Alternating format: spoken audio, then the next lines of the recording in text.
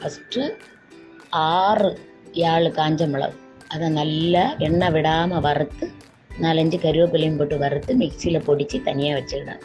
வச்சுட்டு 6-7 சின்ன வெங்காயம், சின்ன உள்ளி, அதையும் நல்லா ஒரு கொஞ்சம் புளி கணக்காளவாக இவ்வளவும் போட்டு நல்லா கல்லில் இடித்து எடுத்து ஒரு கிண்ணத்தில் தட்டிட்டு நான் வைக்க போகிறேன்.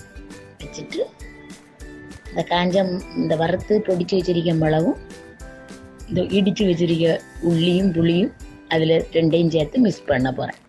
மிக்ஸ் பண்ணிவிட்டு கணக்காக உப்பு, அதுக்கு மேலே லேசாக உப்பு போட்டு நல்லா ஸ்பூன் வச்சு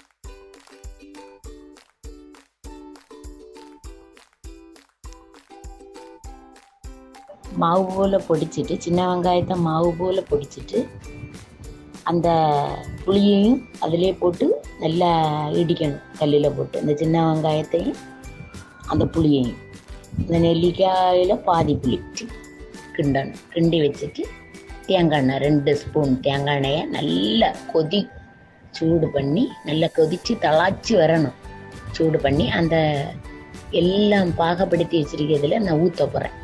ஊற்றி ஸ்பூன் வச்சு நல்லா கிண்டிட்டு ஒரு பிளேட்டு சோறதுனாலாம் அதை தின்னு பார்த்துட்டு கேளுங்க. இதே மாதிரி வச்சு தின்னுங்க, சூப்பராக இருக்கும்.